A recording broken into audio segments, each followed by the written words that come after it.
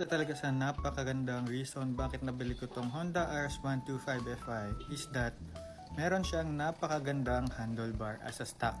Akala mo talaga sa unang tingin is naka-clip-ons ka na agad. Especially if ganitong klaseng POV yung nakikita mo. So to answer your question, Boss Ryuzaki, yes po, stock po yung handlebar ko. And to share you a little lang po more on the quality of the motorcycle po talaga yung nafo-focus ko over the customizations.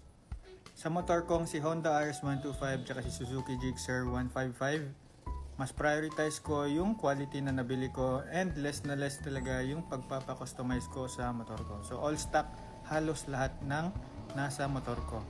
Ang mga customizations ko lang dito is like mga phone holders, yung mga top box, o yung mga action camera mount para mas mapaganda yung experience ko sa motor na to. So if nakutulong to ganitong video sa inyo, you can follow me for more. Like this video na rin and comment down below if meron kayong mga questions or suggestions na pwede natin pag-usapan dyan together with the community. You can also support me by purchasing helpful products dyan sa mga affiliate videos ko. And always remember lang to ride safe and see you in my next video.